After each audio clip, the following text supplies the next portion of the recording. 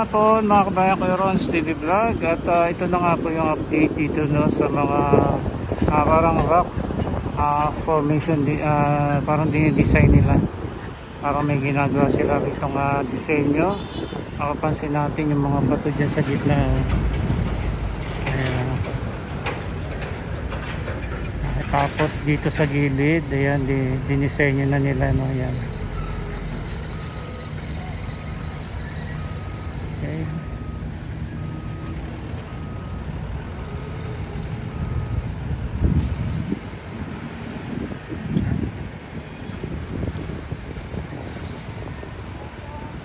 Hindi pa rin po natin alam kung ano po yung magiging plano dyan, but sa nakikita po natin ngayon, parang yung area na yan ay siguro mapapasukan pa rin natin yan, maikutan pa rin natin yan kapag natatas na, o sadya bang parang dinisenyo itong mga bato dito. Kung mapapansin nyo din dyan sa gitna, oh, ayan, nakapwesto sila dyan.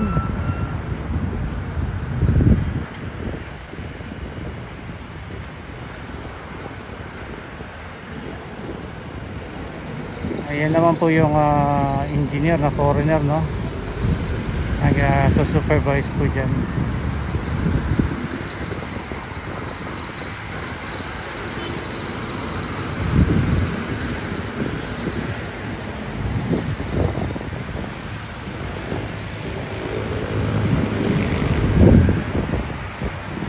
Parang naka-landscape, no, di ba? Ayan, no.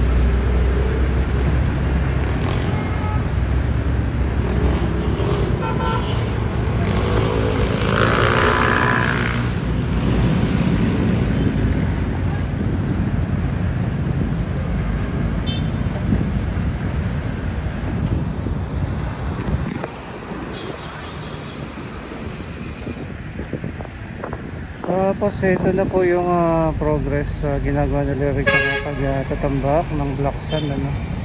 Ayan na po, close up natin.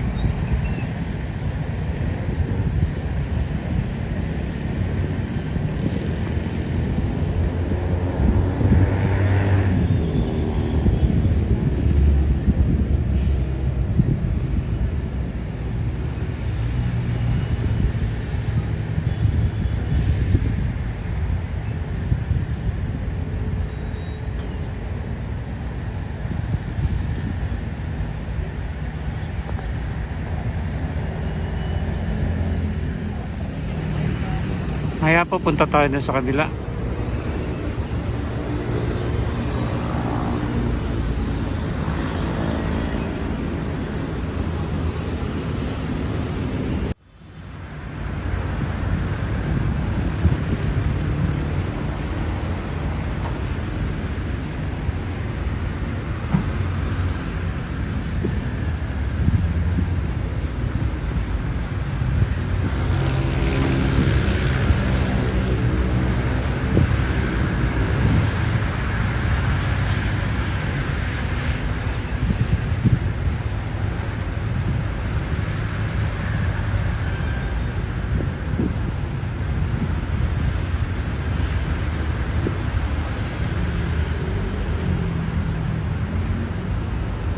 And dito naman po sa may Padre Paura Outfall, ito naman na yung pinaka cover po dito tinatanggal na rin.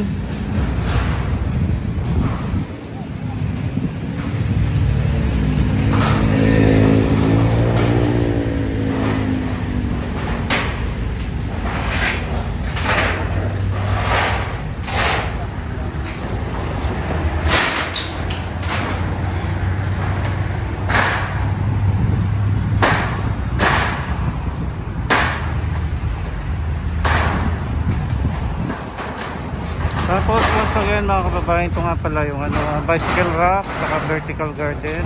Tapos may lalagay pa rin po dyan ng motorcycle parking area, no? Tapos dito naman yung nasarado na dito, ito yung area naman para sa comfort room.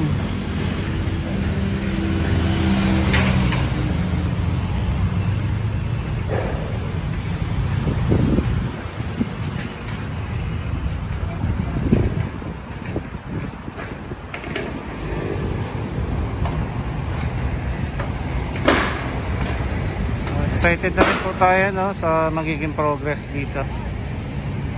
Ayan, tabayanan po natin yan, talagang dadagsayin po ng mga kababayan po natin itong Manila Bay pagka natapos na yung mga project dito.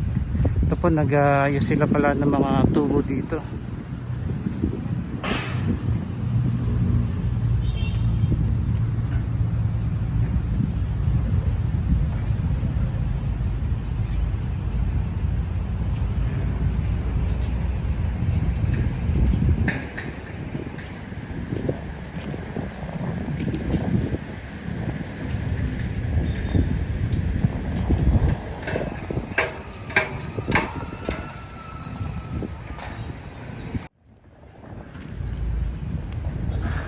Tapos dito naman po mga kababayan, ito na taas na rin ng buhangin dito. Ito yung karugtong po ng Dolomites Sand area, no? Ayan, hanggang dyan na po yung kanilang nalalagyan.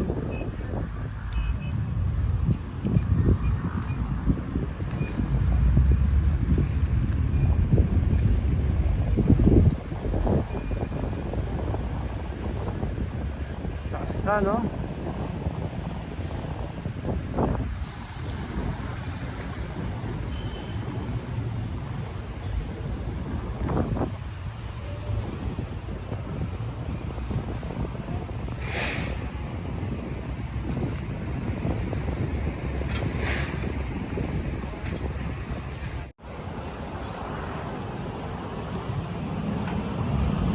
So dito naman po yung area ng phase 2. At ito, nakita po natin itong J Textile Fabric dito.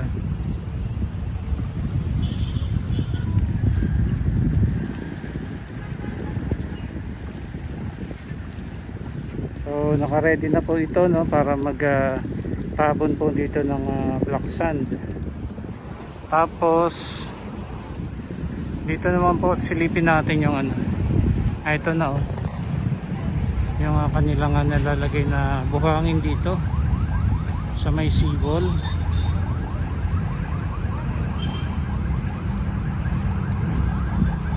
Silipin natin.